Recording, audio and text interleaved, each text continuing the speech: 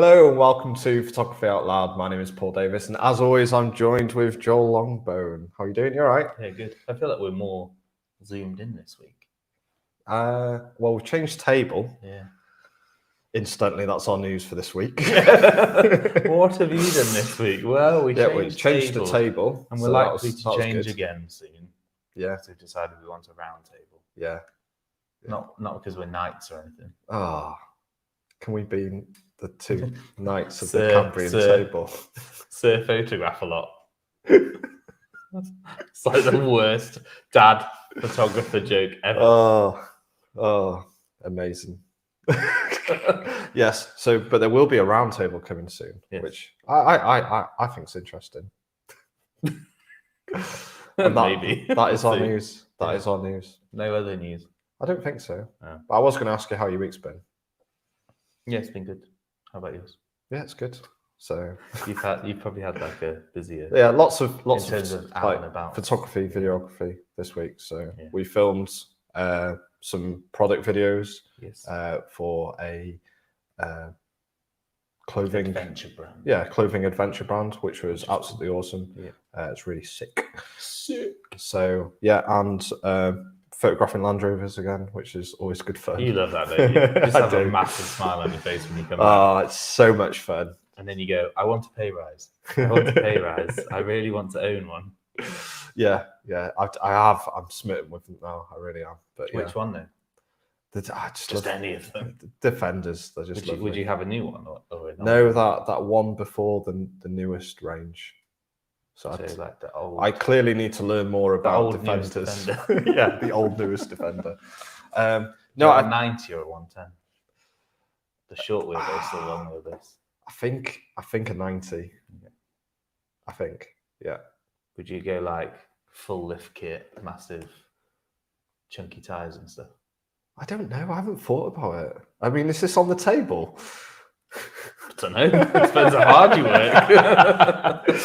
Oh, that's brilliant. I mean, like $1 million job in, and I'm sure we could discuss it. But... Yeah, there we go. So, if you want to see me get a lovely new Land Rover Defender, if we get 1 million likes on this video, there we go. We said it. Come on, let's crowdsource and get this with various other caveats involved. Yeah. You'll slide in some terms and conditions won't you, in there somewhere. So that'll be on our website later. Yeah, I think the biggest news that we've got this week, and it's no surprise because we've advertised that this is the case. We've got James from Fuji here. So I think like James, don't we? We do. Yeah, it's always good fun. It's even better when he's here in person. Well, we say that, but we did muck it up slightly last time when he was in here in person. Yeah, but we're better But people now. It was great in the shop, though, wasn't it? Yeah, it was. More than anything. So, but yeah, shall we invite James into the stream? Let's do say hello. That would be nice for him. Yeah, rather than just he just keeps laughing at us. Yeah, you can see his little head laughing. Because we keep we can keep him there a little bit longer. Why not? Because people have to log in. Just like that. We have to do a sound test and making sure all the videos are, and then there's this bit that we do. Whatever that is. Whatever it is. And then people have an intro warm up. Yeah. For the main event, which is James. Yeah, definitally. Rubbish warm up act. James from Fuji, everyone. Give him a big welcome. Do like a round of applause. Good evening, all. How you doing? You all right? All right. Yeah. Thank you very much for joining us. Thanks for having me on. A little drop of a Billingham bag in the background. It's great. Well, I've got a couple. Casual flex. How's it going?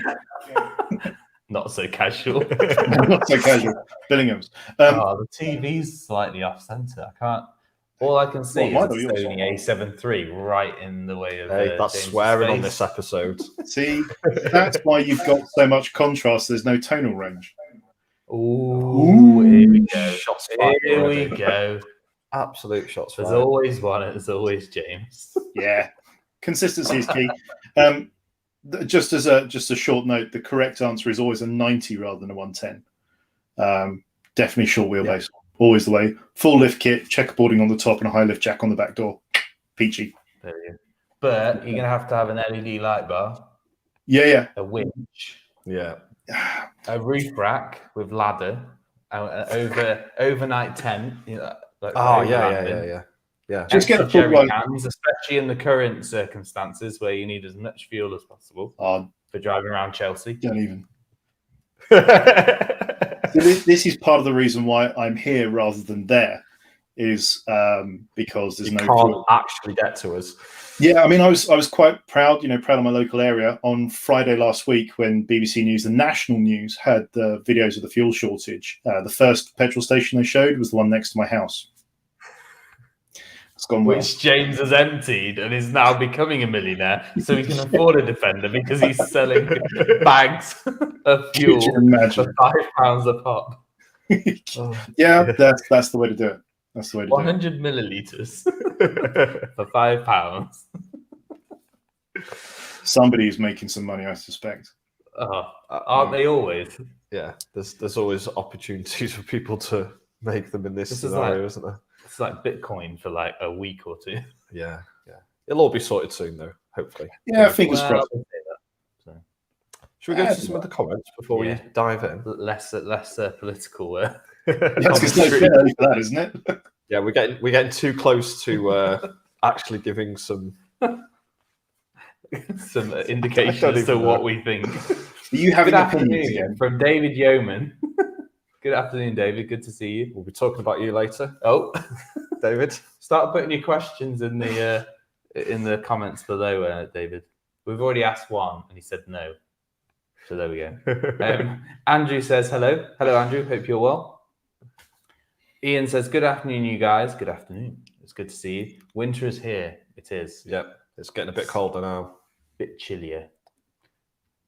But we're at that stage where one day it's going to be warm, so don't put the heating on. Yeah. Next day it's going to be chilly. Do you put the heating on?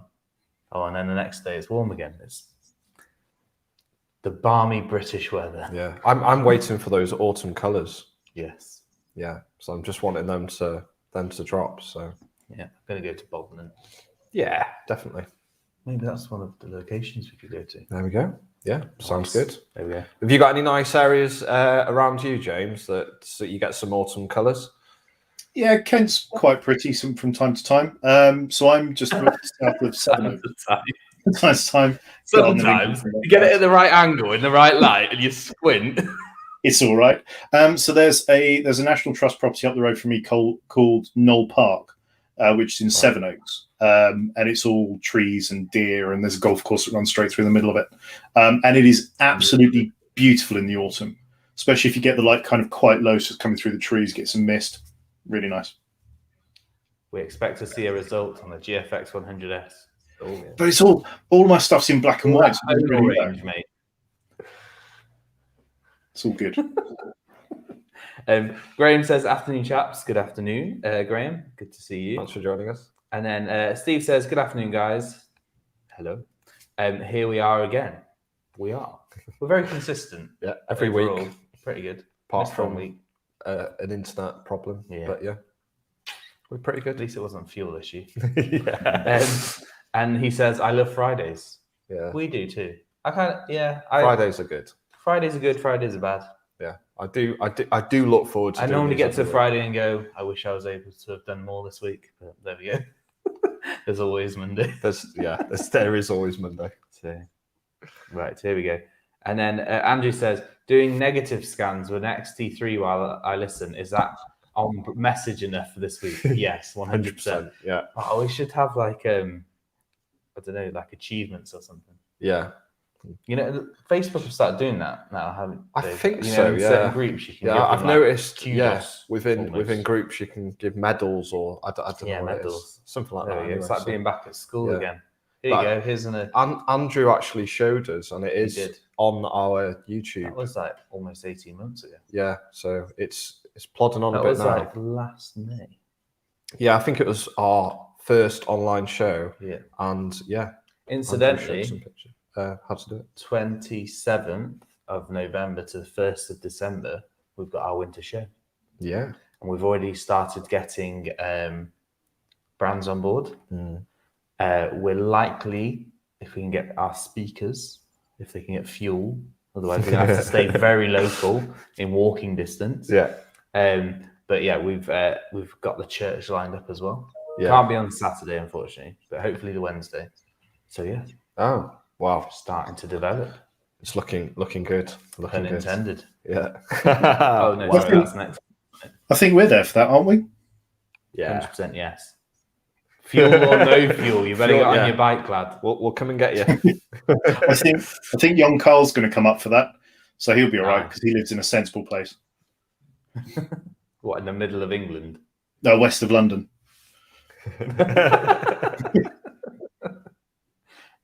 Even more sensible would be living west of the border Yes. Yeah. in Fair. God's country. Fair. All right, so Nick Can says hi, everyone. Hi again, Nick Can. Cheers.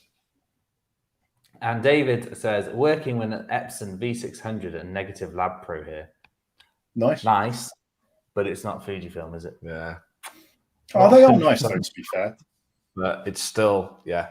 Still good setup, for sure.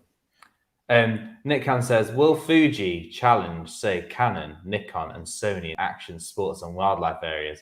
Right, there we go.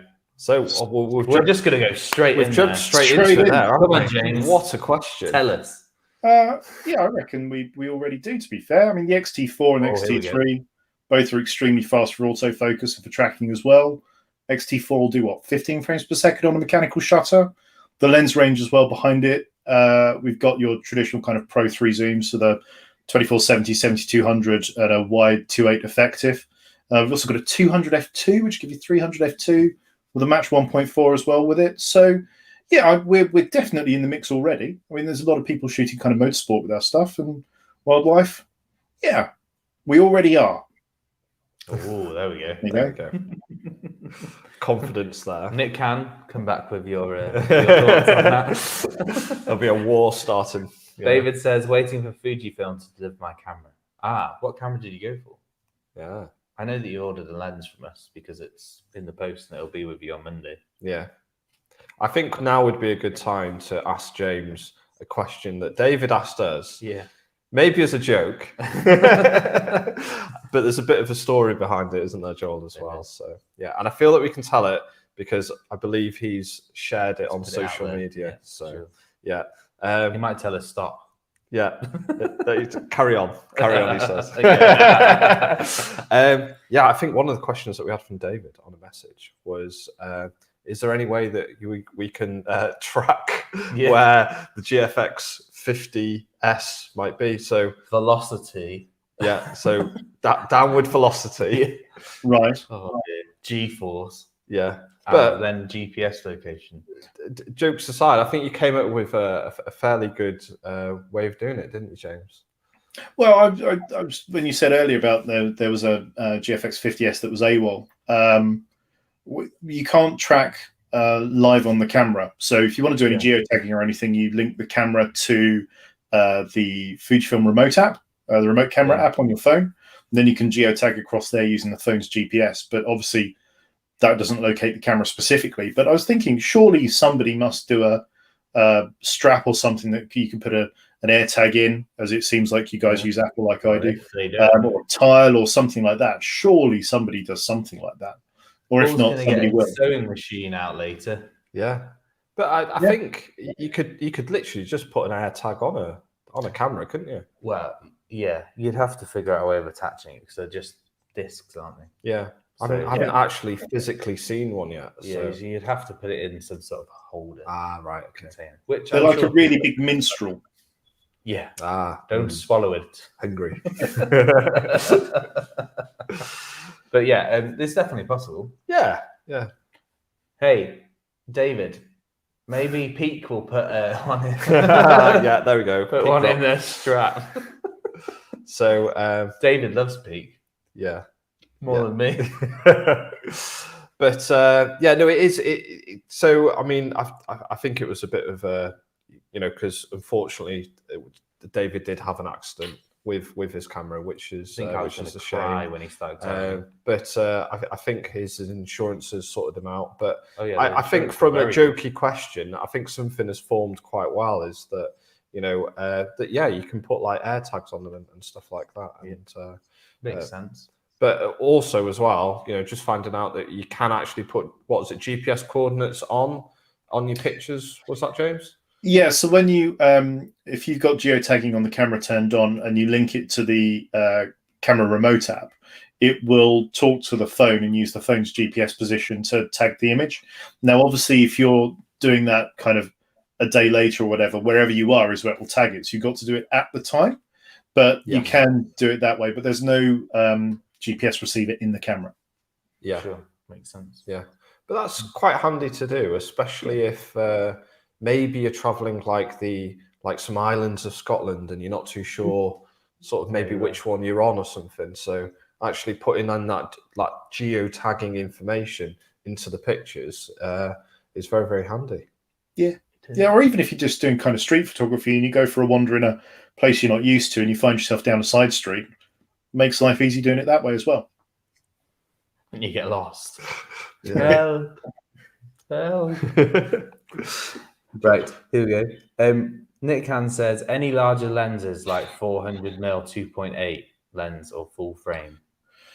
No, is the short answer on that. So the longest lens we've got on the X series is the 100-400, and then the longest lens we've got on the GFX is the 250, which comes down to 200 because you've got to come back because it's medium format. Then if you put the 1.4 on it, it takes it to 280.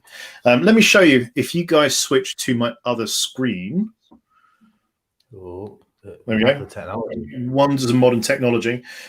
This is the X series roadmap at the moment. So this is updated after our summit. What was it? 2 weeks ago, 3 weeks ago, 2 weeks ago, 3 weeks ago. Yeah. So you can see here, there's the 100-400 that I was talking about. The 70-300, which we talked about on my last appearance on here. There's the 200 f2.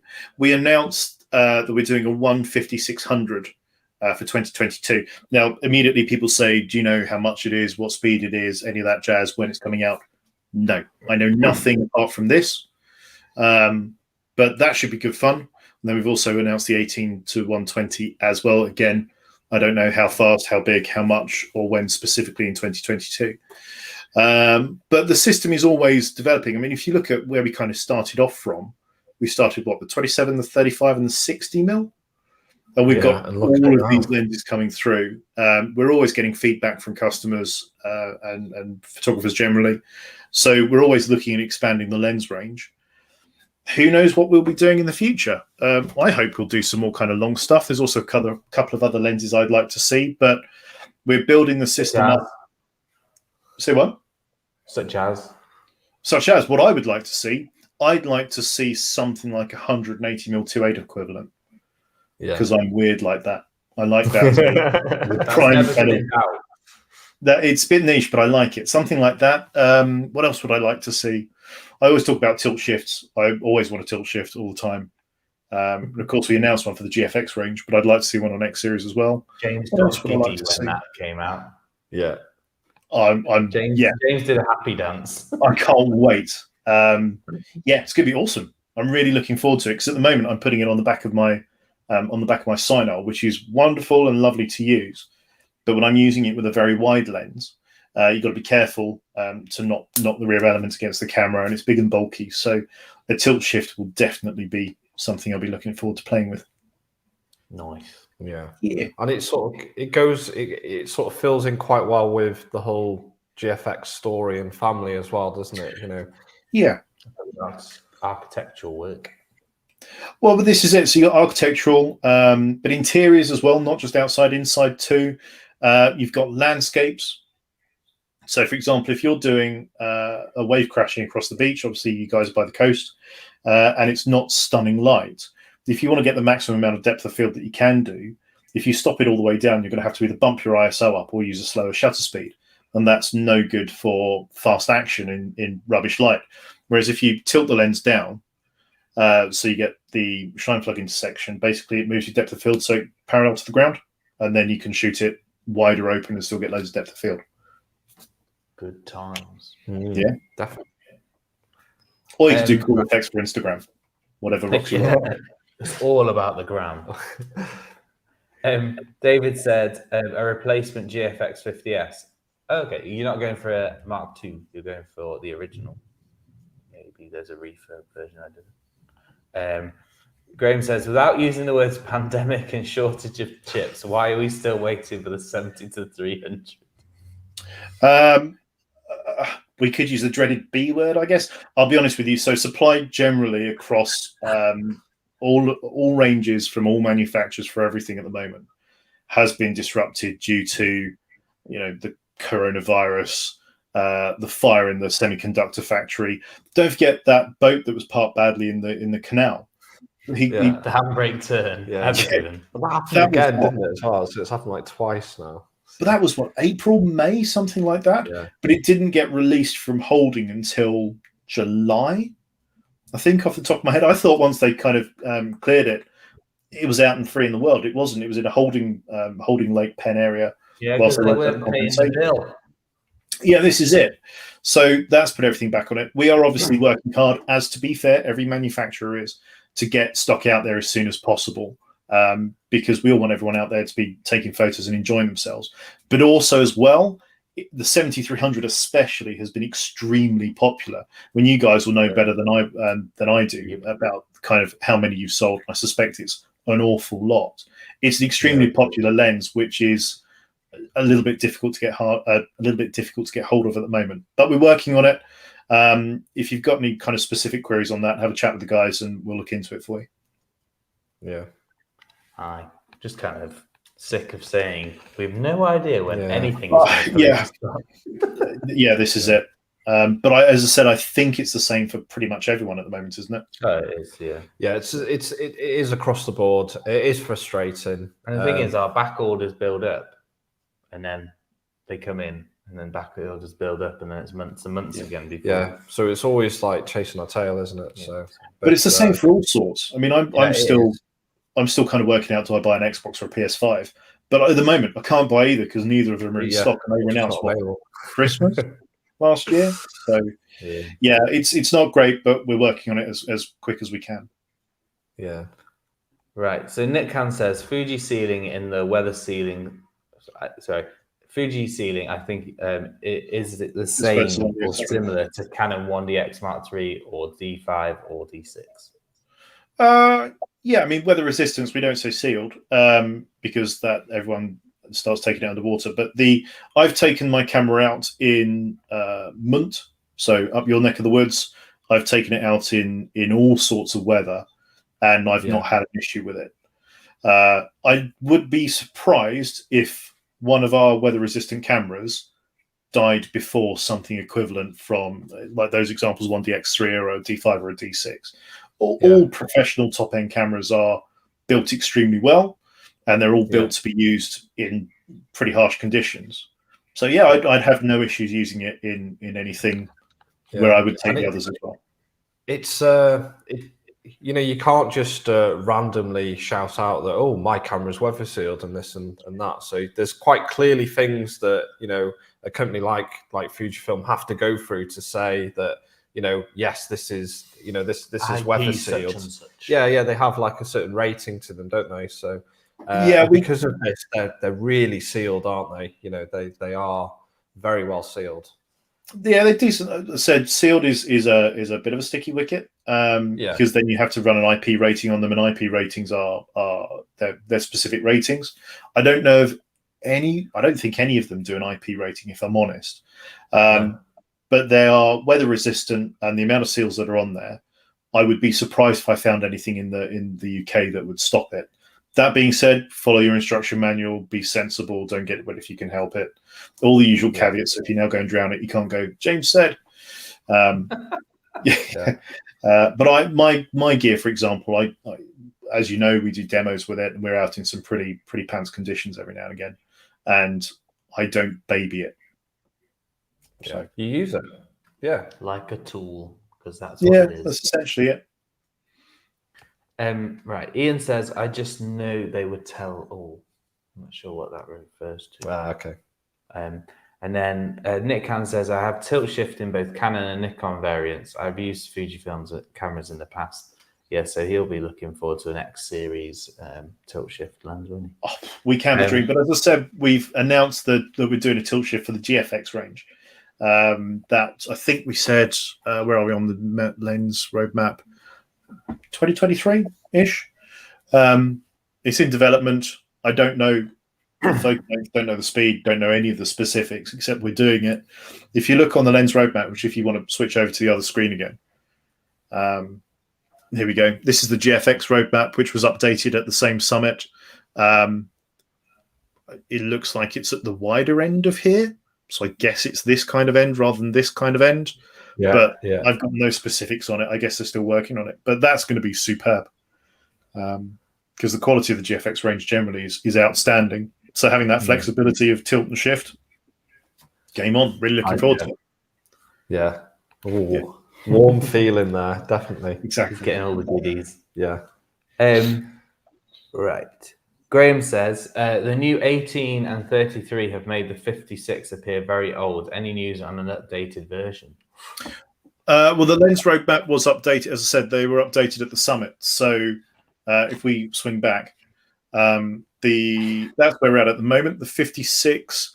I guess you could kind of think of the 50mm if we have a look here. 50mm f1. Yeah. Although it's not a direct replacement for it, it sits next to it. That is a newer lens. But as the roadmap is updated with the 18-120 and the 150-600, I would assume that that's not on the radar at the moment. It's not on the roadmap at the moment. But who knows? Who knows? Time will tell. It's still really so we do get teased a little bit now, just so we have an idea of what's coming. So yeah, I think it does. I think it does help. I think it helps people getting into the system. Like we're seeing a 150-600. When I saw that on the summit, I was like, ooh, yeah.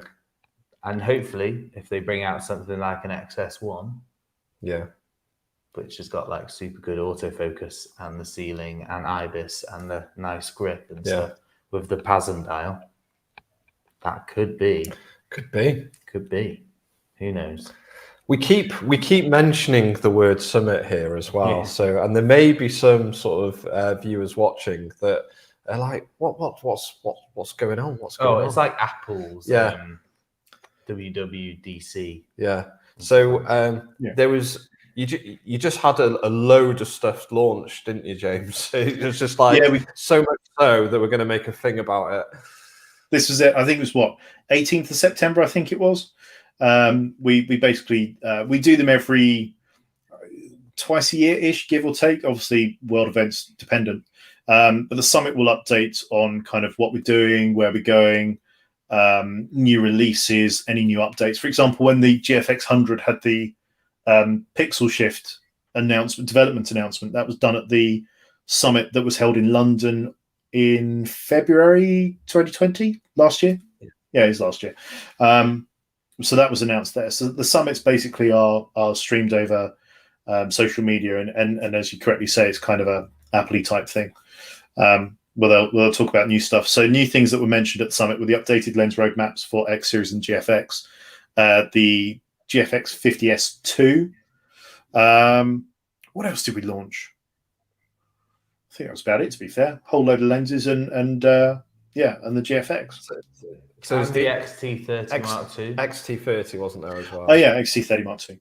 Yeah. Which is nice. And GFX 50 Mark II. Yes. Yeah. And GFX. I mean, the big story was GFX 50 Mark II. Yeah. And why didn't they make an XT40?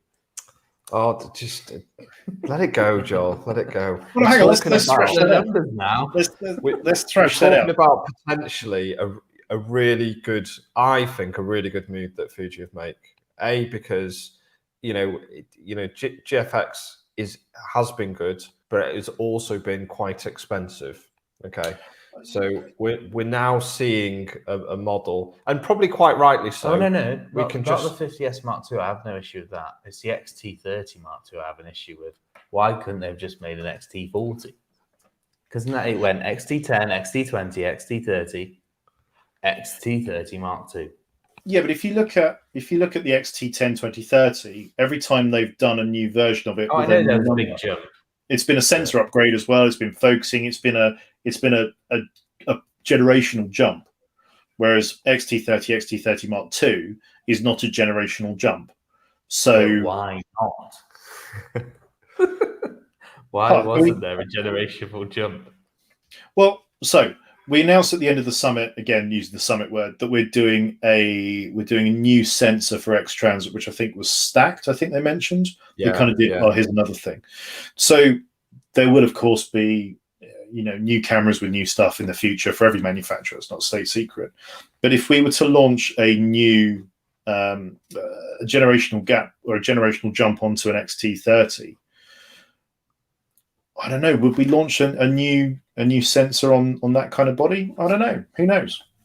No, I don't think we would. Yeah, But it just seemed odd because you could get like an XT3 as like your first body, and then get an XT30, and know it was the same sensor, just kind of a lighter version in terms of features and size and shape.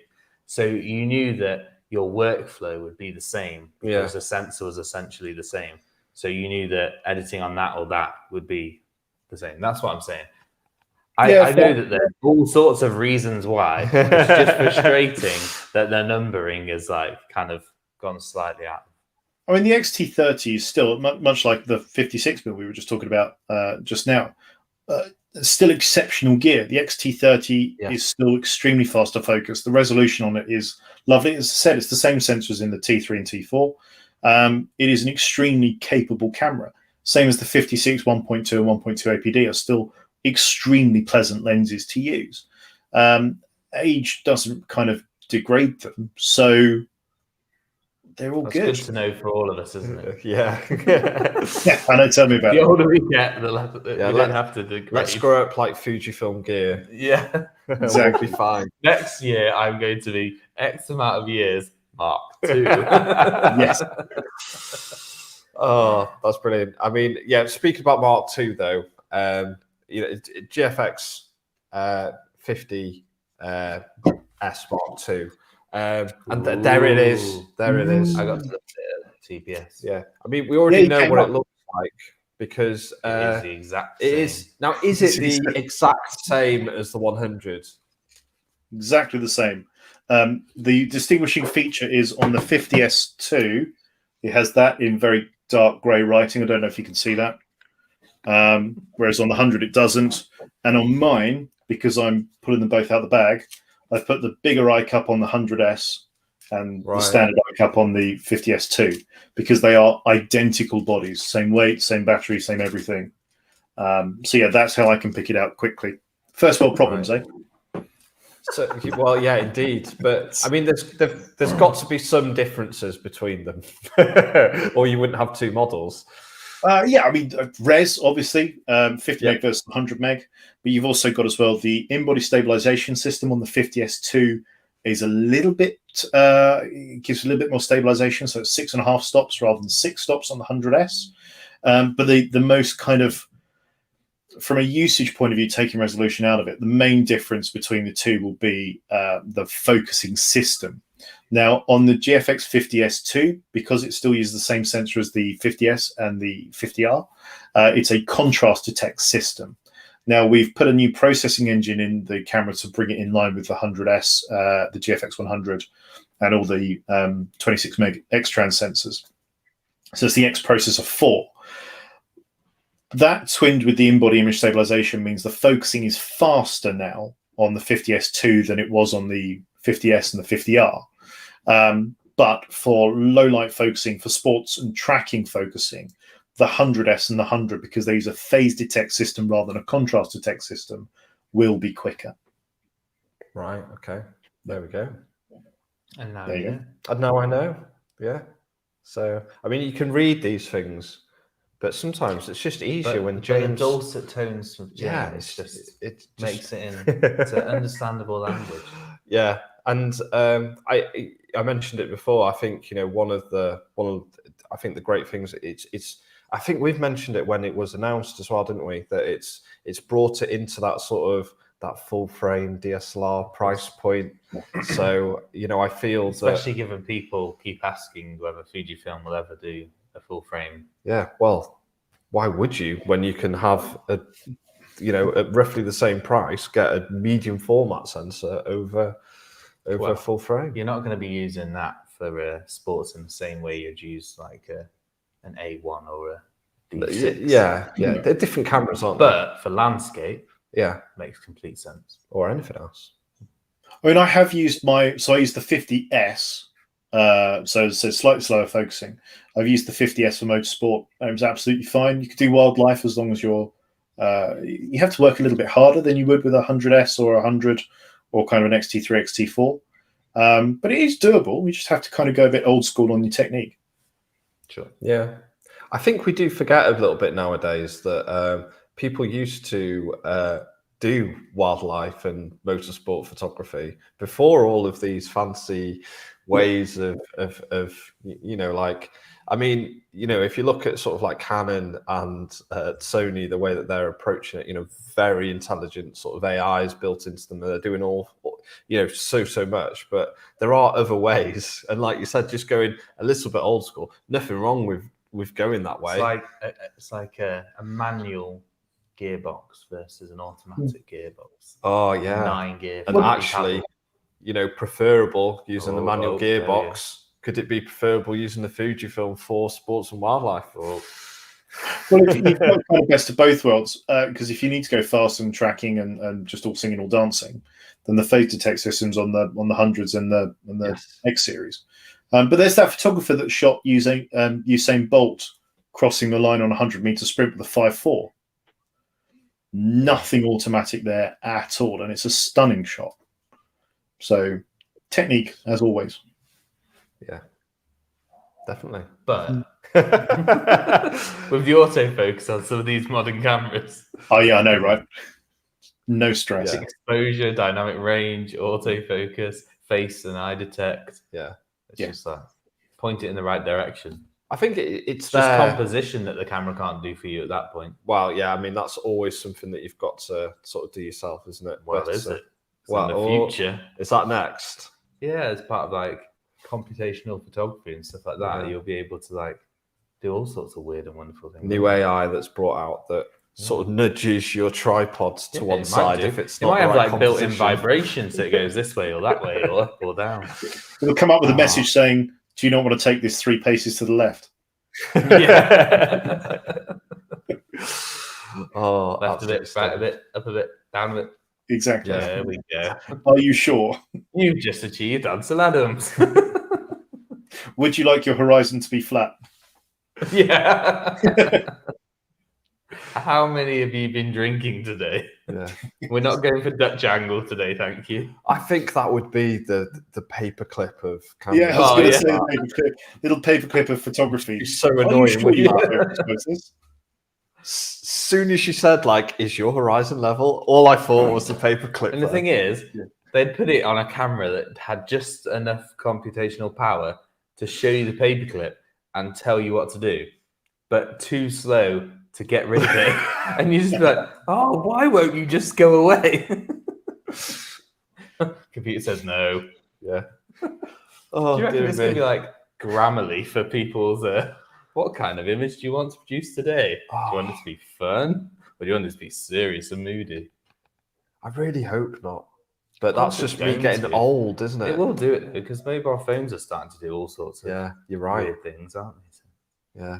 Oh, I But- feel all depressed now. No, you don't. Don't be so melodramatic, honestly. Right, Oh. here we go. Nick Can says, just curious, do the shows like Birmingham NEC lead to larger sales? I guess so.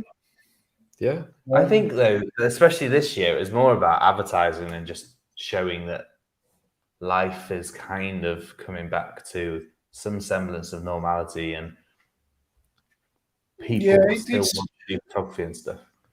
I mean, Joel, you were there on where were you there? What, Friday, Saturday? Friday? Sunday, Monday. Sunday, Monday. They all blur into one, I tell you. It's all just one big show. So it was, I've done... Yeah, you look knackered within like the first like 2 or 3 hours of Sunday. Yeah, it's showing my age, unfortunately. So I've done 10 or 11 of them now. And this has been by far the quietest one I've ever done. But it felt kind of more intense because we usually get kind of, 20, 30, 40,000 people, whatever, come through over the days.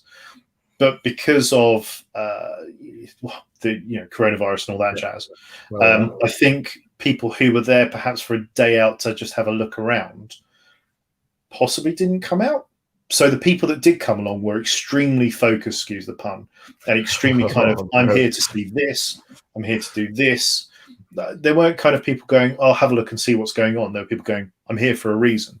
So although footfall felt a little bit down, the people I was talking to were all, there was no kind of casual, have you seen this? Oh, I'm just looking, thanks. Everyone was on the stand and having a look. So I guess they're successful. I mean, none of us would do it if they weren't. Yeah, that's very true. Yeah.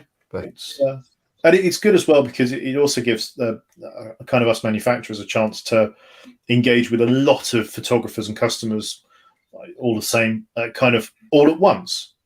Because when I come and see you guys, I'll talk to you and your customers, and that's fine. That's a snapshot of your area. But kind of the NEC for that kind of show, people come from all over, and you can just kind of have a chat about cameras and photography with loads of people all at once. So it's good times.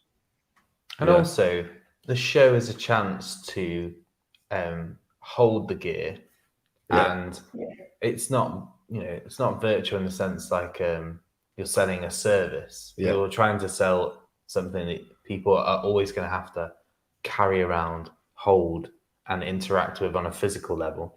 And also, lots of, like, I'm sure you experienced this, people want to be able to do that whilst looking at the camera and go, what's this button for? Rather than going over a Zoom call, what's that button that's right next to my index finger to the left slightly? But they could always go to their friendly local camera shop. Well, obviously. But they also want to see people like you. And also, there's that kind of social side as well on a bigger scale with all of the theatres and things like that, where you can kind of watch big names. And we obviously provide that at our shows. And I think when you're going there and there's like 20 people from each brand, there's multiple exhibits and things like that. There's things to photograph. There's printing going on. It just that's the thing. It's like going to a football match, like an international football match versus the one like the local towns playing. It's still football. And if you're a true football fan, you'll still enjoy it. There's a different vibe. And at a smaller show, you get closer, faster, and you can know more people. Whereas you go to a big show, you might not know anybody on the stand, but then there's more people around you and stuff. So there's just a kind of different atmosphere. And I think there's a different there's a place for all of those different. I mean, from this side of the fence, it's quite nice because it's one of the very few times that all of the trade is in one place, and I can see my opposite numbers from all the other brands and see how they're getting on. The show is the time when the whole trade kind of gets together, because the rest of the time I don't really see, Harvey May from Olympus, for example, or Steve Marsh from Sony. I don't see them often on the road unless our paths cross. Whereas at the show, everyone's together. It's a good from a social side as well. I enjoy it. It's hard work. It's really hard work. But I've always enjoyed doing it. Well, for the ultimate social experience, though, I think our show definitely hits 1,000% nail on the head. There. I didn't get fish and chips at TPS, so no coffee, cake. There you go. Exactly. There So there we go. Sold. We'll have to have mince pies. Yeah, we'll have something. Now you're talking. We'll have something. Right. Oh, Ian says it was David's camera crash. Yes. So that makes sense. Yeah. And David says, even the non-WR Fujifilm cameras are tough. I've landed heavily on my X100F on slate and half buried it in mud. Still works fine. Maybe I should have a job of stress testing cameras. Maybe. Big waterfall, no. Little fall on somewhere, yes. So there we go. We're halfway through testing. Nick Han says, new X-Trans sensors that are stacked place the camera into the 8K video realm or faster FPS going forwards. Who knows? Pass. I know as much as you do on that. I saw the announcement at the end of the summit that said we're doing it, and that's it. It was very just at the end, wasn't it? Oh yeah, by the way, we are going to be bringing out a stack sensor, which again is anything, because the advantage of a stack sensor is that your options can be anything. because Yeah. what you put behind there can be, you know, more resolution, a faster focusing system, 8K Faster video, faster and read. write. It's on. So yeah, whatever Fuji are doing, I mean, it's exciting. Yeah. It's nice. Yeah, that they've I mean, told us.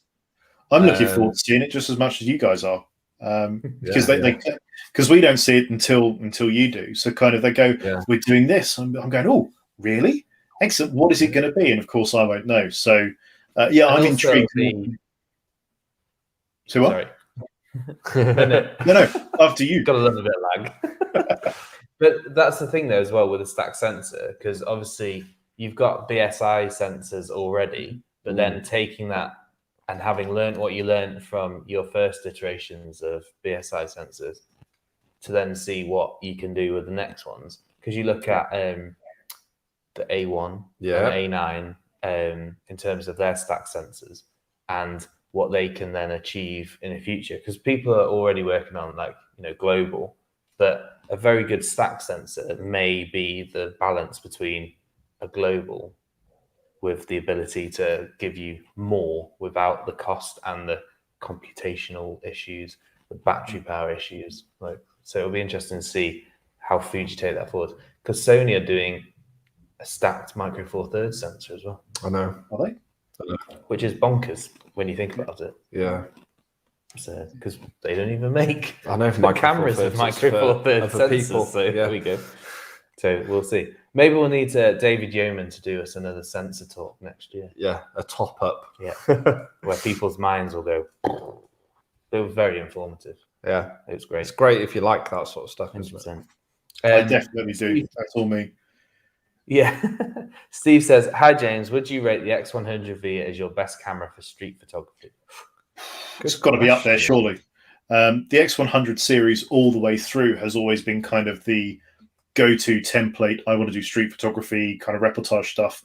Get an X100 and you'll be happy, essentially. The 23mm f2 gives you a 35 effective, which is kind of, you know, open up how to do street photography, line 1, page 1, chapter 1, get a 35mm effective. Yeah, it's. Are you a street photographer without one? Yes. Although Bresson used a 50mm, didn't he? Cartier Bresson? Yeah, I think so. But so always a rebel. Always. So X100V would be, ideal for street photography. That being said, you don't have to just limit yourself to an X100V. I've used pretty much everything on the X series range for street photography. I've also used my GFX 100, the big one, for street photography with the 45mm. No, because I'm fat. For scale, it's quite small, so it's all right. It's okay. It doesn't matter. But my 100S as well, with a 45 would be a great choice. Because you get the flexibility of changing your focal range. Yeah, because also as well, I say about kind of 23 being the choice. Some people do want to go wider or longer. So something like an XE4 with a 27mm give you a little bit tighter, or perhaps a 35 f2, or even going the other way. But I also tend to rock around with this. So that's the 100S with the 45 2.8 on it. And it's not silly for size. It's quick for focusing. It's nice and quiet. It's only about the same size as kind of a full-frame DSLR. So no stress. It's really, really subtle. With a 50mm. Yeah, exactly. You know, if we go back kind of 2, 3, 4 years and said somebody, would you do street photography with a kind of a, you know, D810 or a 5D3, 5D4 or something like that with a prime lens, everyone will go, yeah, that's acceptable. So that kind of size, no dramas. But obviously the X100V is, if you had to pick one and go, is that the one? And you get the adapters. Yeah. So you can adjust your focal length that way as well. And they're nice nice lenses, essentially. Yeah, they are nice adapters now. And with the V2s and the X100V and F, it would tell you whether it changed. Because I remember on my S, I forgot. And I was like, why are my lines not straight anymore? Yeah. That was very annoying, but that was my fault. Nobody else's. So Nick Can says, excellent and informative. Thumbs up. So that's good. Cheers. Thank you very much. Good. He also says, will the new Trans-X sensors be capable of 8K, 12K, RAW, 16-bit output? Yeah. Again, it's one of those. It's not even just sensor issues, though, is it? Yeah, it's processor. Yeah, it's, like there's a lot.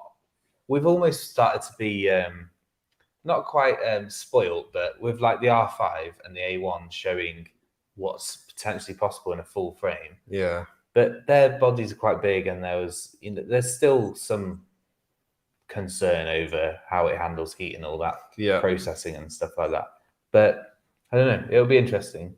But the problem is, if you keep putting all of that in a small-ish camera, people if people want 12K, they're probably going to buy like a C300 or 400 or whatever it'll be when it can produce 12K without, because the body makes a big difference, and the feature set you require when you want to do something that crazy. So it's having it that size. Yeah, because it'd have to be bigger, wouldn't it? Yeah, for sure.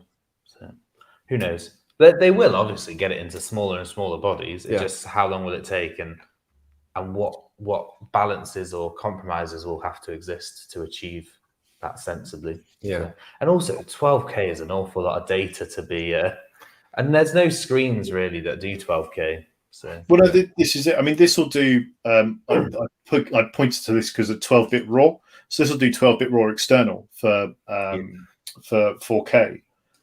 That's more than enough. Yes, it's all good. Yes, it is. It's absolutely fine. Yeah, we're already there. It's all good. Yeah, or you can get your Fuji colors then coming out. Then, and you could have that nice depth of field that you get from obviously having a large sensor and stop teasing yourself. Well, we all know the correct answer is this. See how that would look. Oh, here we go. There you go. Look at that. It's all about black and white. All about black and white. Right, here we go. Go the exact opposite way. David says, will Fuji bring out a mobile phone next with 3 lenses? No. You're not going to have like a mashup or like Fujifilm X Huawei or X Samsung? No. Okay, there we go, David. That's an easy one. Massive no. No. Oh dear. Graham says there are no local camera shops in Hull, so it's why he comes to a quality shop like us. Indeed. So Nick Can wasn't able to travel to TPS because of COVID, so that was rubbish. Yeah, that's fair enough. It's happened to a few people. Gareth Morn says, afternoon fellas, been tempted by the GFX 50R or S for solely my landscape photography. Not sure which one would fit my needs, so advice would be great, thank you. Oh my life, that's quite the question. I'm not sure if we're going to manage that before 5:30. Yeah. No, we can do that. That's no stress at all. Right, you've got 1 minute. Okay. So image quality will be exactly the same across the board because they're both the same sensor.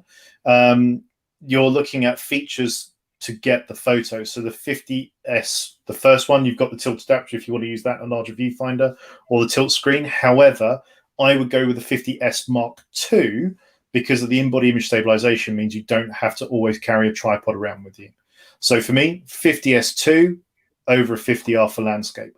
But the image quality will be the same for both. There we go. He said he'd do it in under a minute. Look at that. And the batteries are smaller, lighter, cheaper. You get slightly more efficiency out of them as well. So, yeah, and you can run it off USB-C if you want to on the 50S2. Yeah, which would be really good for like night stuff. I was going to say like he would love to do Astro with a GFX. So yeah, makes sense. Nick Han says, has there been any recurring themes or features that are not in the current Fuji lineups mentioned by people at the photo shows that are taken on board by Fuji? Well, yeah, I mean, case in point, the tilt shift for the GFX. Pretty much as soon as we released it, people were going, when are you building a tilt shift? And funnily enough, so we've got a group chat with HQ, and whenever the conversation of what lenses should we make for the system comes out on the WhatsApp, the immediate follow-up was apart from the tilt shift for the GFX, because I always used to go tilt shift, and we are. So we do listen to feedback from our customers. Whilst we can't build everything that people suggest, we look into everything. Firmware updates as well. We do them a lot, and a lot of them are based on feedback from customers. So we're always generous firmware updates. I know, it's like almost a different camera sometimes. Yeah. But the other thing is, Fujifilm have been going for a very long time, and they've not done that by standing still, creating the same product over and over again. They know what they're very good at, and then they've been working on developing ways of showing that in terms of like color science and things like that. So it's exciting times ahead. Indeed it is. Right, one or two last ones before we go. Dennis says, "Hi guys, a follow on from Steve's question: when will my X100V be available?" Hey Dennis, you're right. Pass. I'll find out. I'll come back to you. Yeah, we're waiting for quite a few X100Vs. It's almost like somewhere or someone or something has kind of said X100Vs are a very good camera to have right now. Yeah, well, I think everyone we've had says it all the 5 time. or 6 orders for X100V in the past week or two. Yeah, It's because it's awesome. Well, I know that. I personally have one, and I'm in love with it. But yeah, not everybody sees the world from my perspective. As well, because people are kind of now going back out into the world, they're getting back out and doing some street photography again. People, I guess, have had some time to have a look around and go, what's the best one? And there they are. Yeah. Here we go. Gareth says, superb, a confident answer. Thanks very much. Right, we'll put you down for one, Gareth. See you soon. And Dennis said, that's the first time I've asked a question you haven't been able to answer, James. And that's because it's outside of his control or his knowledge. There we go. But we caught it on video, so that's the main thing. Say again? We caught it on video, that's the main thing. Right, shall we wrap it? Yeah, no, James, absolutely lovely having you here today. It's always great to see you. Sorry you couldn't come down in person. But soon, yeah, me too. But soon you will be, once we find somewhere that you can fill up. Yeah. Definitely. Well, thank you for having me on. It's been great fun, as always. So thank you. That's brilliant. It's been great to see you. Thank you. We'll just drop you off the screen and we'll have a quick word with you after we wrap up. Yeah. Wow, that was good, wasn't it? It was very good. As always. Yeah. It's not really a surprise, is it? No. And it's very knowledgeable, but puts it across in a great and easy to understand way. But also as well, some really good questions from people love these as well. episodes where we get to have like some and it allows us to able to do some more in the future as well, isn't it? So because the more and more you comment on videos like this, the more and more it helps us. So and the more we can get in sort of bigger people and do lots of different things like this, isn't it, John? Yeah. So I think that's part of the thing we love most. Yeah, it's quite obvious, but we wouldn't do it without you lovely viewers watching at home or wherever you decide to watch. I don't want to speak to him for that much. No, definitely not. Definitely not. What also could help us as well, if you go over to our Facebook and YouTube channels and hit the like, subscribe, the little bell button, whatever you can do to help us. Smiley face, sad face, angry face, caring, hugging, emoji, whatever. But you can also share these videos as well, and you can stick them on little groups that you have, might on Facebook or something. You can take the link from YouTube and stick it into a WhatsApp group message or anything like that that you think would benefit from seeing our videos, and it also helps us at the same time. And also put in the comments or email us or Facebook message us or write a letter. Yeah, we had courier pigeon one time. Any suggestions, and we'll always try to find either an answer or get somebody else who has the answer, because we've been around a while, 75 years. Yeah, you're looking great. You're looking fabulous, darling. And we've built up a lot of relationships with so many different people. So if you want to see somebody or you want to know something, then we'll try and make it happen. Definitely. There we go. And on that note, thank you very much for. And that's what you're doing. It's like Paul ran out of words. I've come to the end of my 10,000 words for today. Thank you very much for watching, and we'll see you next week. Bye for now. And as always, have not honestly amateur hour. Can't get the words right. Can't get the video right. Give me a second. Dear me. Right. Cheers. See you next week.